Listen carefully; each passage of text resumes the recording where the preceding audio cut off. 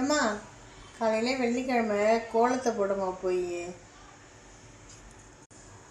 அத்தை கோலம் தான் போட போனேன். கோலம் மாவே இல்லை அத்தை, எதில் போடுறதுன்னு தான் பார்த்துட்ருக்கேன் அத்தை. மாவு இல்லை, கொஞ்சம் மாவு வாங்கிட்டு வந்து கொடுக்குறீங்களா நீங்கள்?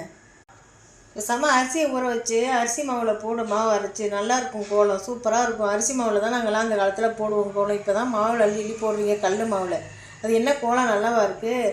அரிசியை ஊற வச்சு அரைச்சி துணியில் எடுத்து அழகாக போடு, நல்லாயிருக்கும்.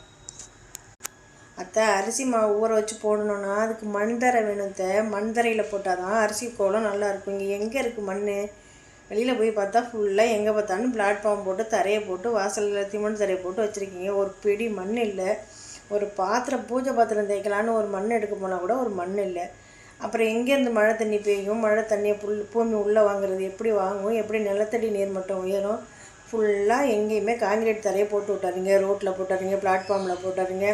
வீடு கட்டுறவங்களும் வீட்டை சுற்றி ஃபுல்லாக சிமெண்ட்டு காரையை போட்டு விட்டுறீங்க. அப்போ எங்கேருந்து மழை தண்ணி பூமிக்குள்ளே இறங்கும்? பூமியில் தண்ணி எப்படி ஊறி தண்ணி கிடைக்கும்? தண்ணியே கிடைக்காது. எல்லாம் மழை பெய்கிற தண்ணி பூரா எல்லாம் கடலுக்கு தான் போய் சேருது. அப்புறம் தண்ணி இல்லைங்கிறீங்க. பெய்கிற மழை பூரா ஒட்டிட்டு போயிடுது. அப்புறம் என்ன பண்ண முடியும் சொல்லுங்கள் பார்ப்போம். ஆமாம்மா, நீ சொல்கிறது உண்மை தான். ஆனால் என்னகிட்ட சொல்லி என்ன பிரயோஜனம்? எல்லாத்தையும் சொல்லு, உலகத்தில் எல்லாத்தையும் சொல்லி. நீ தான் யூடியூப்பில் வீடியோ போடுவோம்ல, அங்கே சொல்லு, எல்லாருக்கும் தெரியும்.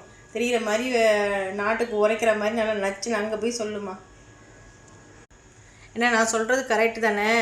தண்ணி உயரணும், நிலத்தடி நீர் மட்டம் உயரணும் அப்படின்னா எங்கேயுமே இந்த சிமெண்ட் தரையை போட்டு வைக்காதீங்க. பெய்கிற மழை பூரா ஒட்டிக்கிட்டு அப்படியே அழகாக கடலில் போய் சேர்ந்துருது. அப்புறம் தண்ணி எப்படி உள் வாங்கி பூமிகளை உறிஞ்சாதானே உங்களுக்கு நீங்கள் போர் போட்டால் கூட தண்ணி கிடைக்கும். தண்ணியே கிடைக்காது. தண்ணி பஞ்சம் தீரணும்னா அவங்க வீட்டை சுற்றி கொஞ்சம் முன்னாடி மழைநீர் சேகரிப்பு வச்சாங்க. இப்போ அதையும் எல்லாம் மூடிட்டு இழுத்து கட்டிட்டாங்க. அதனால் எங்கேயுமே கொஞ்சம் தரை விடுங்க, மண் தரை விடுங்க. அப்போ தான் மழை நீர் பூமிக்குள்ளே இறங்கும், நமக்கு தண்ணி கிடைக்கும். ஓகே, நான் சொல்கிறது கரெக்டுண்ணா? கமெண்ட்டில் சொல்லுங்கள். டாடா பாய்.